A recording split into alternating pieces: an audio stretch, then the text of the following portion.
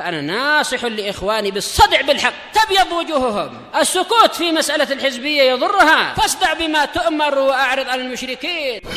سلامي على دماج ورجالها والشيخ يحيى ودار العلم يا سعد بانيها. بسم الله الرحمن الرحيم.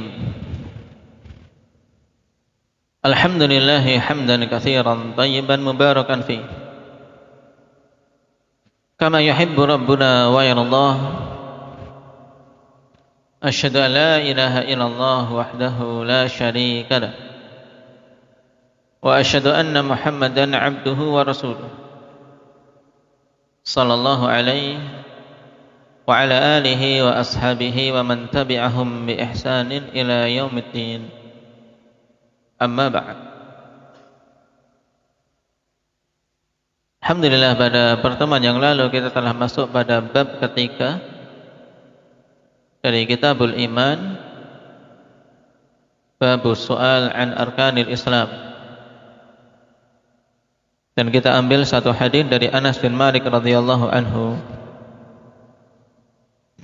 Baik, sebelum kita lanjutkan dari membahas beberapa fawaid dalam hadis ini, faman hafizahu falyaqra.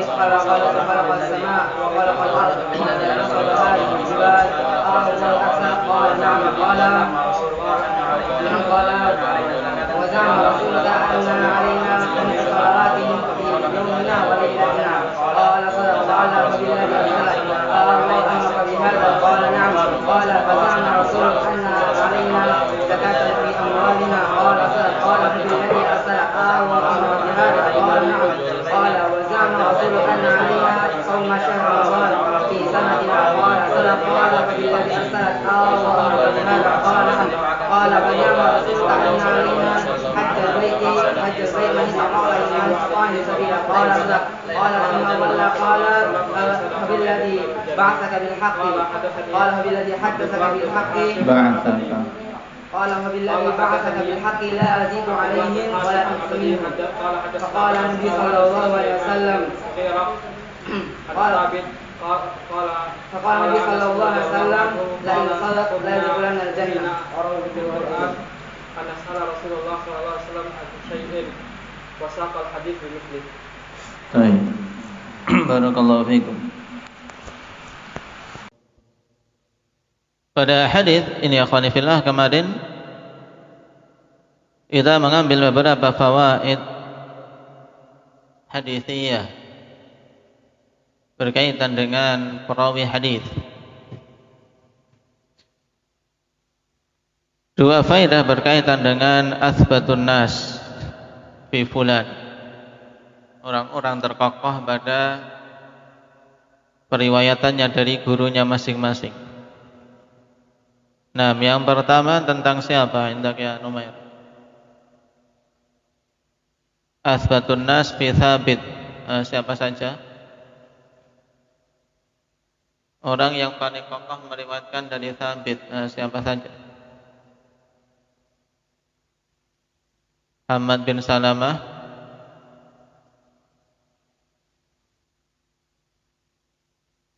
Thumma Sulaiman bin Mughirah, Thumma Hammad bin Zaid. Diingat-ingat.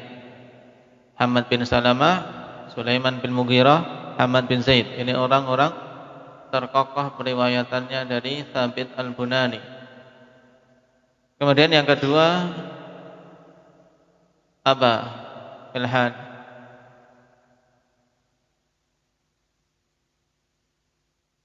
Nah, orang atau perawi yang paling kuat meriwayatkan dari Anas bin Malik siapa saja? Zuhri, kemudian Thabit al-Bunani, kemudian Qatadah. Nah, ini diingat-ingat.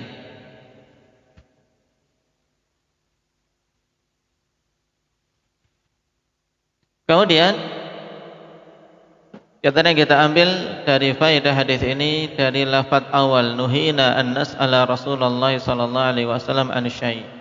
Kami dilarang bertanya kepada Nabi sallallahu alaihi wasallam tentang sesuatu. Nah, pelarangannya ini di mana? Indak ya Muhammad. Didapati pelarangan ini di mana? Dilarang untuk bertanya pada Nabi.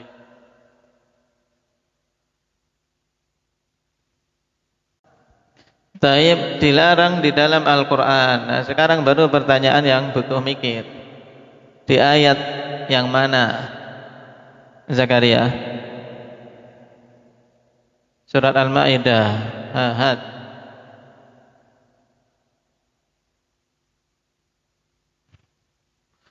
Terus? Taib ya ayyuhalladzina amanu la tas'alu an asya' in tubdalakum tasukum. Jangan kalian bertanya dari perkara-perkara yang kalau dimunculkan, ditunjukkan jawabannya menjadikan kalian bersedih, menjadikan apa? Kalian menjadi keberatan. Taib. Dan telah kita bahas ikhwanifillah bahwasanya maksud pertanyaan yang dilarang ini pertanyaan yang bagaimana? Aba Mursalin. Bahkan tidak boleh tanya sama sekali.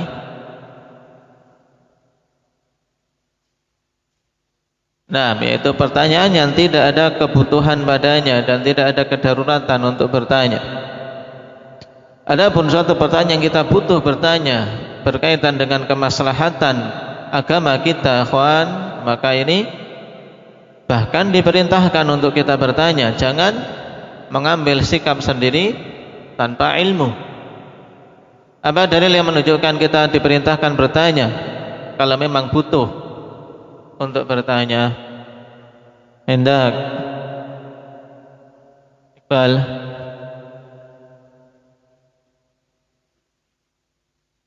Taib, fas'alu ahla dzikri in kuntum la ta'lamun. Bertanyalah kepada ahlu dzikir, bertanyalah kepada para ulama jika kalian tidak tahu. Ini perintah untuk bertanya pada perkara-perkara yang memang kita tidak mengetahuinya yang berkaitan dengan perkara agama kita. Nah, ini pembahasan kemarin akhwan berkaitan dengan larangan bertanya. Jadi bukan dilarang secara totalitas, tidak boleh bertanya sama sekali. Nah, dan sekarang kita lanjutkan. Anas radhiyallahu anhu mengatakan setelahnya, fakana yu'jibuna an yaji'ar rajulu min ahlil badiyatil aqil fayas'alahu wa nahnu nasma'. Nah, maka sungguh kami suka kalau datang seorang laki-laki dari ahlil badiyah. Kemarin ahlil badiyah yaitu apa? Orang-orang Badui. Nisbah ke ahlil badiyah Badawi. Nah, kalau dalam bahasa kita jadinya Badui, yaitu orang-orang yang tidak mukim di satu tempat, orang-orang yang sifatnya nomaden, berpindah-pindah. Taib. Nah, tentang siapa ahlil badui ini akhwanifillah yang datang kepada Nabi sallallahu alaihi wasallam telah kita singgung kemarin. Namanya siapa? Indak Faris. Tayyib. Beliau adalah Imam Ibnu Tha'labah, akhwan. Akhu Bani Sa'ad bin Bakar. yang dalam riwayat Al-Bukhari diterangkan bahwasanya beliau datang sebagai utusan bagi kaumnya, perwakilan dari kaumnya akhwan untuk tasabbut kepada Nabi sallallahu alaihi wasallam. Dan datangnya Dhimam ini terjadi khilaf, dan yang dirajihkan oleh Imam Al-Qurtubi rahimahullahu taala, beliau tiba menghadap dan menemui Nabi sallallahu alaihi wasallam pada tahun ke-9 yang dikenal dengan Sanatul Wufud, tahun datangnya utusan-utusan kepada Rasul sallallahu alaihi wasallam. Tahun ke-9 ini tahun di mana khwanifillah banyak sekali dari utusan-utusan datang dan manusia berbondong-bondong masuk Islam. Itulah yang menjadi penafsiran secara hakiki apa yang Allah Subhanahu wa taala khabarkan dalam surat An-Nasr.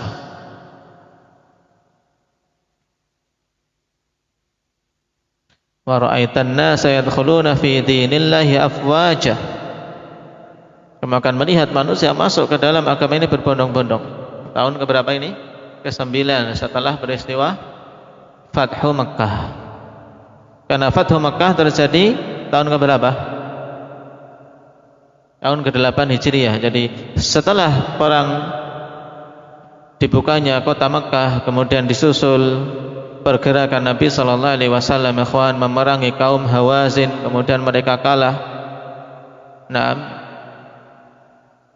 walaupun padanya peristiwa besar dalam perang Hunain, sebagai pelajaran bagi kita semua untuk tidak ujub dengan banyaknya jumlah, tapi tetap akhir kesudahan yang baik bagi pasukan kaum muslimin saat itu. Dan sekembalinya Nabi ke Madinah mulai dari tahun 8 itu, kemudian di tahun ke-9 menjadi puncaknya. Banyak sekali wufud. Wufud jamak dari apa? Wufudun. Jamak dari wafdun, utusan-utusan yang datang dari pemuka-pemuka Arab. Di antara yang diutus dan datang adalah Dhimam ibnu Tha'labah. Dan pada Dhimam ini ikhwan ada beberapa faedah penting. Nah, yang dibahas oleh para ulama. Yang pertama, apakah datangnya Dhimam tersebut sudah dalam keadaan berislam ataukah belum? Kalau kita perhatikan para pensyarah hadis, terjadi khilaf. Seperti Imam Al-Qadhi Iyad mengatakan beliau datang sudah berislam dan ingin memperkuat keislamannya dan untuk mendapatkan sanad yang tinggi dari ilmu Nabi sallallahu alaihi wasallam secara langsung. Makanya beliau datang kepada Nabi secara langsung. Cuma hal ini diingkari oleh Imam Al-Qurtubi rahimahullahu taala dan yang lainnya, yang mengatakan bahwasanya Dhimam saat itu belum berislam dan setelah peristiwa inilah beliau menyatakan keislamannya. Dan pendapat yang kedua ini akhwan, wallahu ta'ala alam, pendapat yang lebih kuat. Kenapa? Karena dalam riwayat Imam Ahmad rahimahullahu ta'ala tentang hadis ini ditegaskan di akhir kisah. Nah, hadis kisah Dhimam bin Tha'labah yang sahabinya berbeda akhwan. Sahabat yang mengeluarkan hadis ini Abdullah bin Abbas, dan lebih lengkap, lebih panjang dalam Musnad Ahmad. Sanadnya sahih, minimalnya hasan. Bertanya kepada Nabi sallallahu alaihi wasallam dengan pertanyaan-pertanyaan tersebut yang menunjukkan kecerdasan dia dan bagusnya dia dalam menyusun pertanyaan.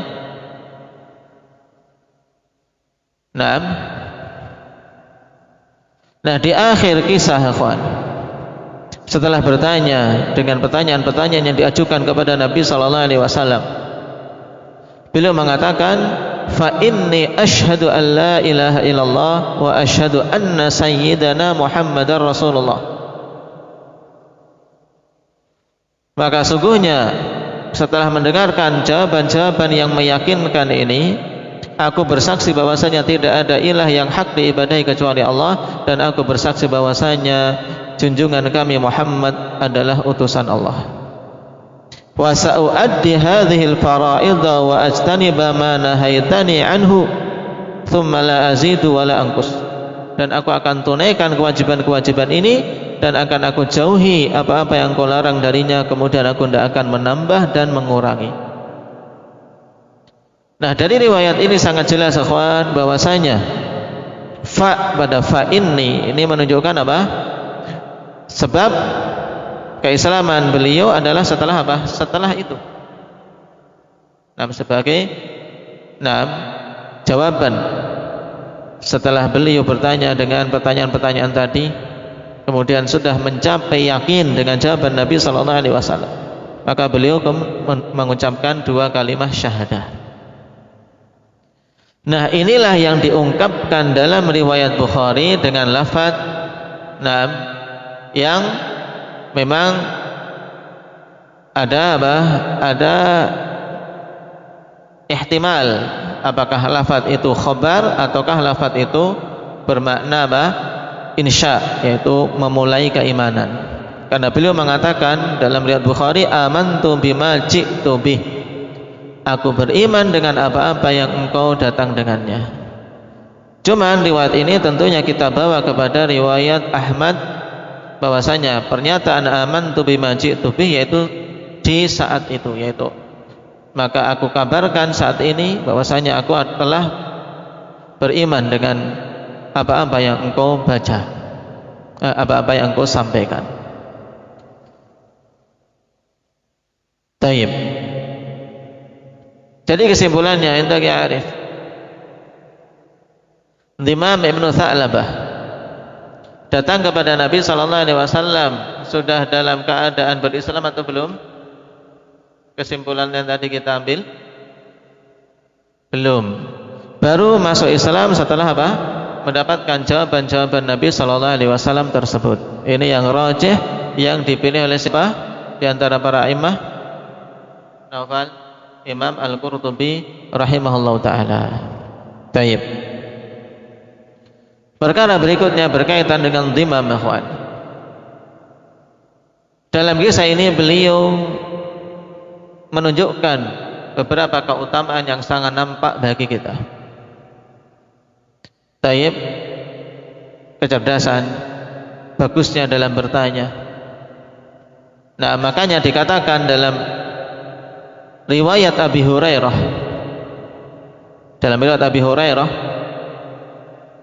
Umar mengatakan, ya, setelah melihat kejadian itu, karena para sahabat yang lain hadir, Umar mengatakan dalam riwayat Abi Hurairah, ma ra'aitu ahadan ahsana mas'alatan wala aujaza min dhimam. Aku tidak melihat seorang pun yang lebih bagus dalam bertanya dan lebih ringkas tapi padat daripada dhimam ini.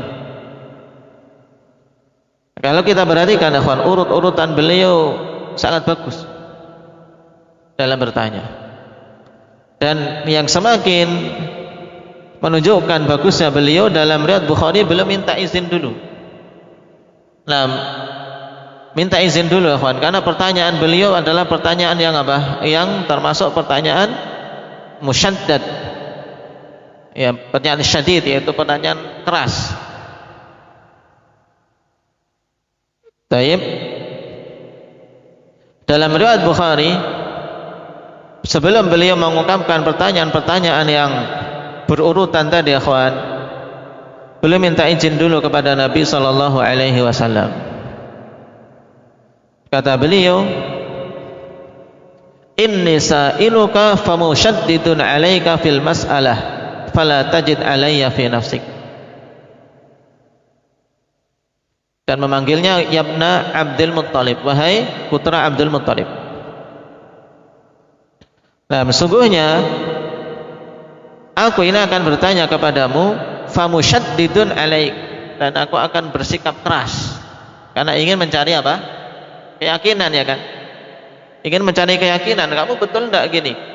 Aku bersumpah lagi, ditambah sumpah lagi, betul enggak mau seperti ini? Demikian terus. Dan aku akan bersikap keras kepadamu dalam pertanyaan ini, maka jangan sampai engkau apa? Mendapati kejengkelan pada dirimu terhadap pertanyaan-pertanyaanku ini. Maka Nabi kemudian mengizinkan, sal ma bada amma badalak, bertanyalah. Dengan pertanyaan yang muncul semuanya di dirimu, diizinkan oleh Nabi. Ini juga penting, kawan. Ketika seorang ingin bertanya dengan pertanyaan yang mungkin kurang sopan, tapi memang butuh untuk mengilmuinya, minta izin dulu. Bertanya tapi kayaknya ini mungkin sedikit vulgar, minta izin. Saya ini bertanya tapi pertanyaannya mungkin tidak sesuai pembahasan. Ini bagus, dicontoh adab dalam bertanya dari Imam Ibnu Tha'labah yang dikatakan oleh Umar, aku tidak melihat seorang pun yang lebih bagus dalam bertanya dan lebih ringkas dalam pertanyaannya melebihi Imam. Ini keutamaan pertama, bagusnya beliau dalam bertanya. Taib. Kemudian beliau juga yang kedua dikenal sebagai apa? Utusan yang paling utama dan mubarak, yang diberkahi. Kenapa, ikhwan? Karena setelah pulang yang Imam, semua kaumnya menjadi ikut masuk Islam. Ini pentingnya orang berangkat betul-betul pilih utusan yang memang apa? Memang bisa membawa dan mengemban amanah, cerdas. Sehingga ketika nanti menyampaikan kepada kaumnya tidak belekak-beleku. Tahu enggak belekak-beleku? Tahu orang luar Jawa ini? Tidak kebingungan dalam mengungkapkan. Akhirnya malah kaumnya ragu-ragu ini. Kaumnya jadi ragu-ragu ini. Hasilnya gimana sebenarnya? Makanya Imam ikhwan dikatakan oleh Ibnu Abbas radhiyallahu anhuma dalam riwayat Abi Dawud. Kata beliau, "Fama sami'na biwafidi qaumin kana afdhala min Imam."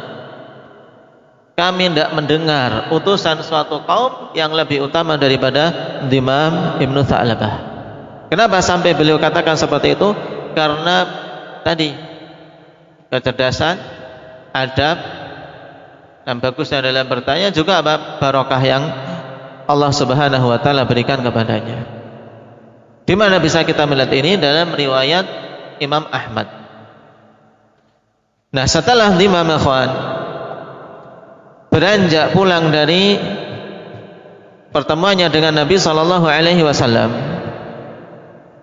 dikisahkan dalam riwayat Ahmad kita baca, "Tsumma qadima ala ahlihi fa'arada 'alaihimul Islam." Karena dia telah yakin dengan keislaman, yakin dengan yang dibawa oleh Nabi sallallahu alaihi wasallam.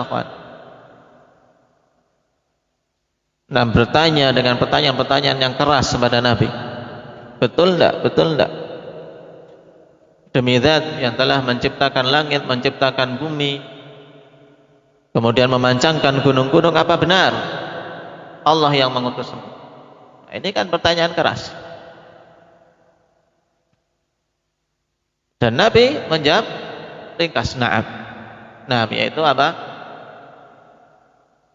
Kalau dari sisi orang mengambil hati, yaitu paper, ini orang kok pertanyaan kok ngejar kayak gini, tapi sudah minta izin dulu di depan, karena memang beliau meminta agar bisa yakin, tatsabbut atas apa yang telah beliau dengar dari dai yang diutus oleh Nabi sallallahu alaihi wasallam. Ini juga pentingnya, kawan. Mungkin ketika datang dai ke negeri itu tapi bukan penduduk asli negeri itu, orang masih kurang percaya.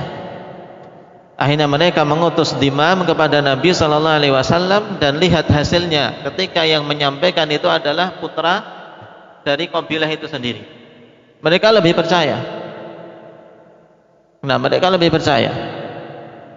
Makanya ketika Dimam telah pulang, fa'arada alaihimul Islam, beliau akhirnya apa? Menawarkan keislaman kepada kabilahnya. Fama amsa dzalika fi hadirihi min rajulin wala mar'atin illa musliman. Subhanallah. Baik.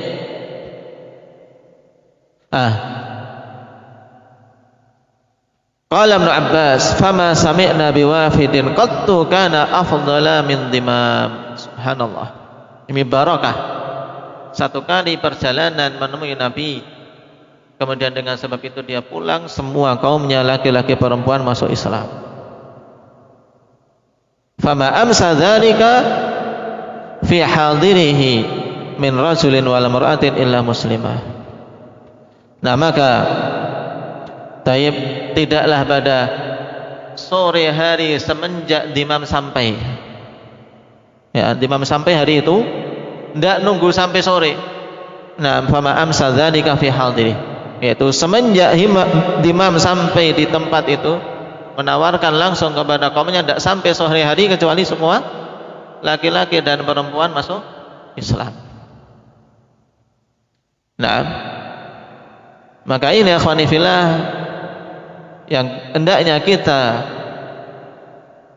mohon kepada Allah Subhanahu wa taala untuk juga diberi keberkahan yang seperti itu, bisa menjadi pintu pembuka kebaikan. Barokah yang luar biasa Allah berikan kepada Dimam Ibnu Tha'labah radhiyallahu anhu. Berarti beliau adalah seorang sahabi. Walaupun apa? Bergurunya cuma sebentar, tapi beliau dengan sebab itu menjadi kunci pembuka kebaikan yang sangat besar bagi kaumnya.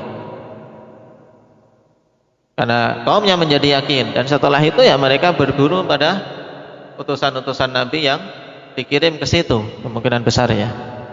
Karena Nabi mengutus para dai, para juru dakwah ke negeri-negeri. Nah, ini keutamaan kedua pada Dimam Ibnu Tha'labah radhiyallahu anhu. Satu orang saja kawan masuk Islam dengan sebabmu, itu merupakan simpanan pahala yang luar biasa. Apalagi ini satu kabilah, semuanya laki-laki perempuan masuk ke dalam Islam dengan sebabnya.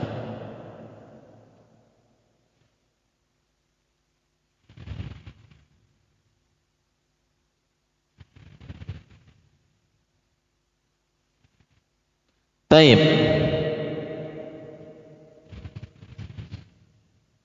Pembahasan berikutnya berkaitan dengan hadis ini. Sambil kita baca dulu riwayat yang kedua, kawan.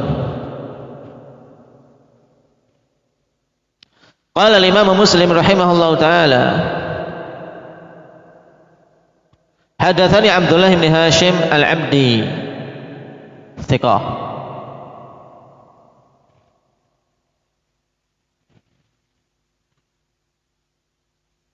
Kemudian qala haddatsana Bahzun. Bahz di sini adalah Bahz Ibn Asad Al-Ammi, thiqatun thabtun, dan dikatakan oleh Imam Al-Ijli rahimahullahu taala, ikhwan, huwa athbatun nas fi Hammad bin Salamah. Ini ditambahkan dalam deretan pembahasan athbatun nas fi fulan. Makanya saya nasihatkan untuk antum kelompokkan ini, dikelompokkan dalam satu buku sendiri. Orang-orang terkokoh riwayatnya dari gurunya, nanti antum akan dapati faidah itu ketika bergelut lebih dalam ilmu hadis. Kata Imam Al-Ijli rahimahullah tentang Bahz Ibnu Asad Al-Ammi ini, Al-Basri juga, dia adalah athbatun nas fi Hammad bin Salamah, orang yang paling kokoh periwayatannya dari Hammad ibnu Salamah. Dari sini kita bisa ngurutkan. Kemarin Hammad bin Salamah paling kokoh riwayatnya dari siapa? Thabit al-Bunani.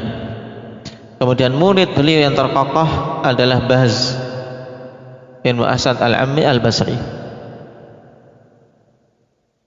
Taib. Walaupun ikhwan dari sisi madhab akidah ada sedikit keburukan padanya karena ada tahammul terhadap Utsman. Ada sedikit tahammul, yaitu perasaan jengkel terhadap Utsman. Qala haddatsana Sulaiman ibn al-Mughirah. Telah kita lewati, beliau termasuk yang terkokoh riwayatnya dari Tsabit, urutan yang kedua. An Tsabit qala Anas kunna nuhina fil Qur'an an nas'ala Rasulullah sallallahu alaihi wasallam an syai'. Dulu kami dilarang di dalam Al-Qur'an dari bertanya pada Nabi sallallahu alaihi wasallam tentang sesuatu, wasaqal hadits bimithlihi. Nah, berarti hadisnya sama. Ini riwayat penguat untuk hadis yang kita baca dalam kisah Dimam tersebut, ikhwan. Hadis yang ke-12. Nah, di antara faedah hadis ini yang lain,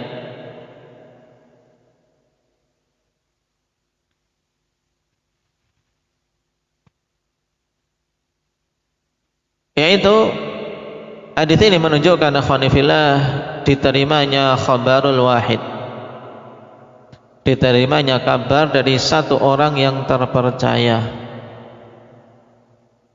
Karena Dimam pulang sendirian menyampaikan kepada kaumnya, dalam artian di situ beliau sampaikan kepada kaum dalam keadaan dia sampaikan sendirian.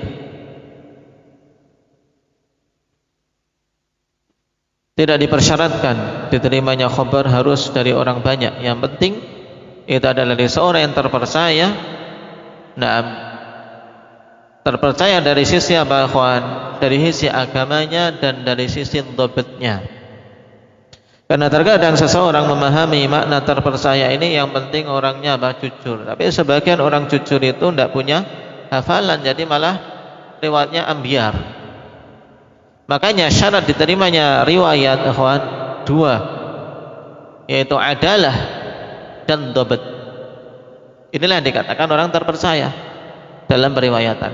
Adalah dari sisi agamanya, dia seorang yang dikenal memiliki adalah. Makna adalah yaitu man ghalaba alaihi ta'ah, yaitu orang yang ketaatan pada dirinya itu mendominasi, bukan pelaku maksiat, bukan orang fasik. Ini namanya seorang yang memiliki adalah. Jadi makna adalah sebenarnya kalau diartikan keadilan itu tidak bisa mewakili. Karena makna adalah tadi seorang yang memiliki agama yang baik, ketaatannya lebih mendominasi daripada kemaksiatan. Ini syarat pertama berkaitan dengan agamanya. Karena orang yang memiliki adalah tidak akan menjeburkan diri dalam dosa besar seperti dusta dalam periwayatan. Orangnya jujur, tapi tidak sekedar jujur tok, ikhwan. Kenapa? Kalau sekedar jujur memang agamanya bagus, tapi dia tidak memiliki kemampuan menghafal, akhirnya mau menyampaikan salah-salah. Atau jujur tapi pemahamannya kurang bagus, akhirnya dia padahal kesimpulannya salah. Makanya syarat yang kedua diterimanya riwayat adalah dhabt, yaitu penguasaan yang penuh terhadap berita yang mau disampaikan. Nah, baik itu hafalan, dia hafal dengan hafalan yang bagus dan pemahaman yang bagus. Maka ini penting, ikhwan.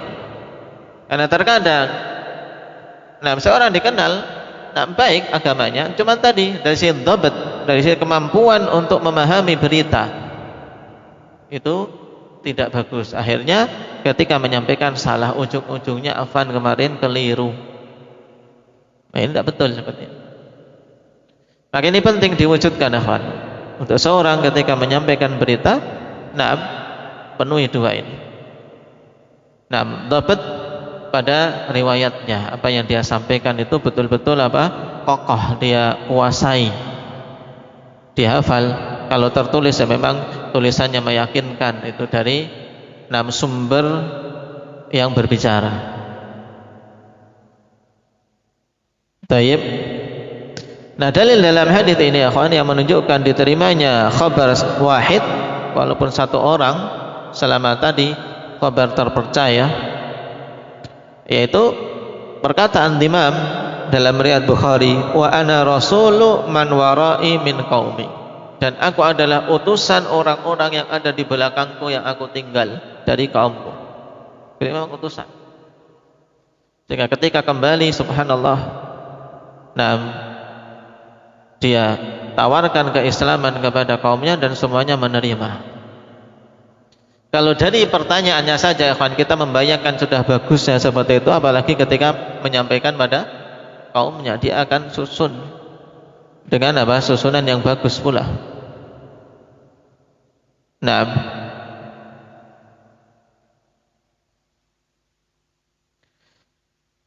kemudian faedah yang lain jelas ikhwan, karena bab ini berkaitan dengan as-su'al an arkanil Islam. Pada bab ini diterangkan tentang rukun-rukun Islam sebagaimana kita singgung pada pertemuan yang lalu.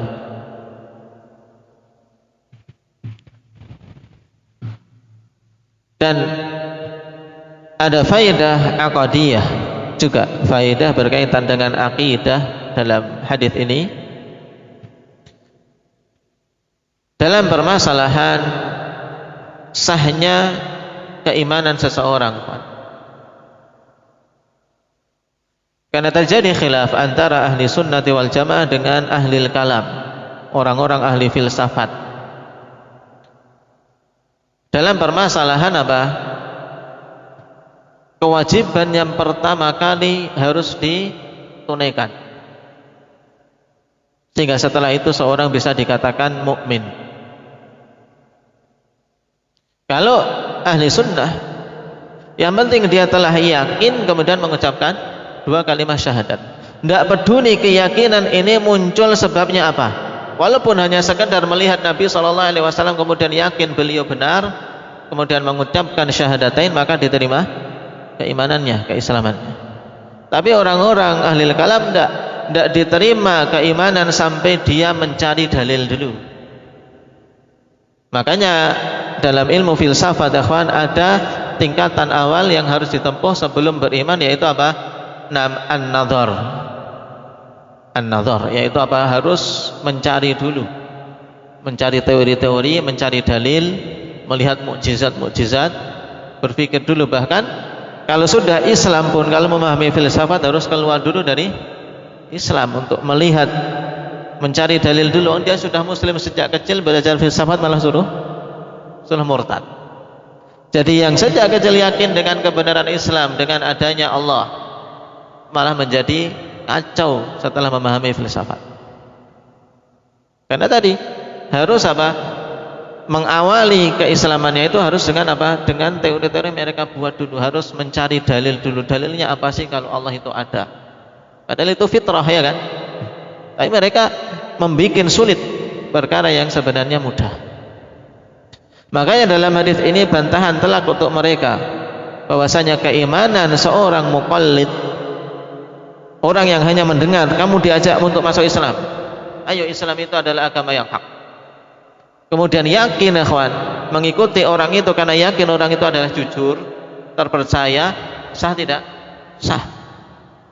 Ya, keimanannya sah, keislamannya sah. Baru setelah itu dia diajari. Paham? Sebagaimana pula Imam Khanifillah ketika bertemu dengan Nabi SAW bertanya dengan pertanyaan-pertanyaan yang runtut tersebut, kemudian setelah itu langsung yakin kalau yang dibawa oleh Nabi itu benar, maka mengucapkan 2 kalimat syahadat cukup, dan Nabi menerima keislamannya. Nabi tidak menuntut kamu harus lihat dulu mukjizat yang aku baca, harus baca Al-Quran dulu. Tidak, untuk awal masuk Islam. Sebagaimana pula kaumnya ketika Imam pulang ditawarkan keislaman, mereka percaya pada Imam, yakin tentang kebenaran berita dari Imam, mereka masuk Islam, diterima keislaman. Nah, jadi keimanan awam, kemudian muqallidin, orang-orang yang bertaklid dalam keyakinan ini diterima keimanannya. Karena yang penting adalah adanya keyakinan kalau dalam iman. Dengan apapun itu sebabnya. Baru setelah itu seorang setelah masuk Islam diajari tentang syarat-syarat Islam, didorong untuk mempelajari syariat Allah. Ini penting, akhwat. Sehingga tidak menjadikan manusia sulit untuk masuk Islam. Orang menyatakan dirinya mau masuk Islam, ditunggu antum harus belajar dulu, pelajari Islam dulu. Tidak. Ada orang berkeinginan masuk Islam, langsung bantu, dorong untuk masuk Islam saat itu juga. Jangan ditunda-tunda sampai nanti.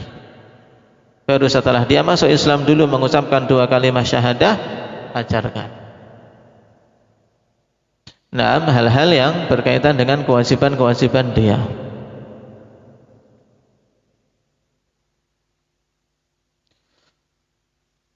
Taib. Faedah berikutnya dari hadis ini, bolehnya untuk bersumpah pada perkara yang betul-betul yakin untuk menambah penguatan, akhwan. Karena Imam Ibn Tha'labah ini bertanya kepada Nabi sallallahu alaihi wasallam juga menguatkan pertanyaan-pertanyaan itu dengan sumpah. Taib, wabilladzi arsalak, dan demi zat yang telah mengutusmu. Naam, wabilladzi khalaqas sama' wa khalaqal arda. Juga sumpah-sumpah intinya apa? Untuk ziyadatut ta'kid, menambah penguatan. Nah, sumpah yang seperti ini, ikhwani fillah, sumpah yang fungsinya untuk taukid, maka tidak berlaku hukum padanya apa? Padanya kafaratul yamin, paham? Tidak ada kafarah pada yang seperti ini.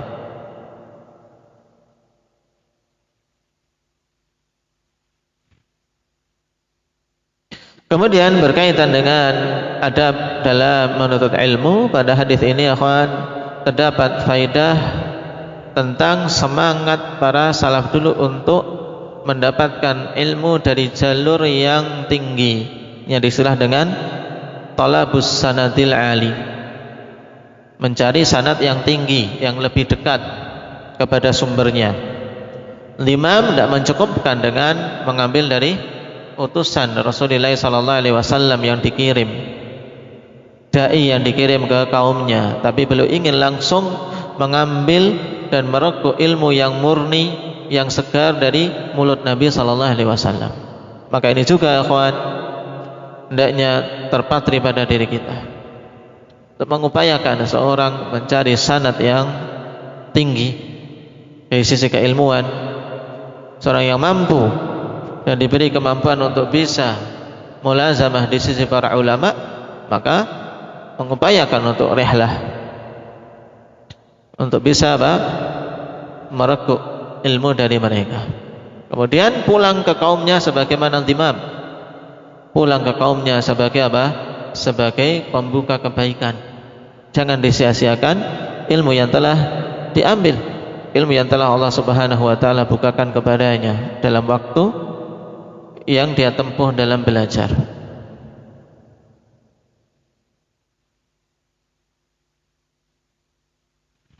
Baik.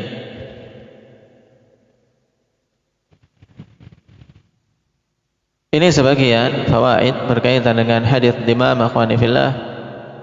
Nasallallahu at-taufiq was-sadad.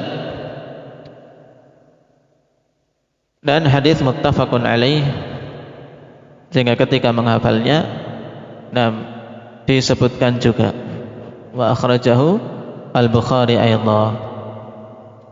Naktafi bihadza walhamdulillahi rabbil alamin.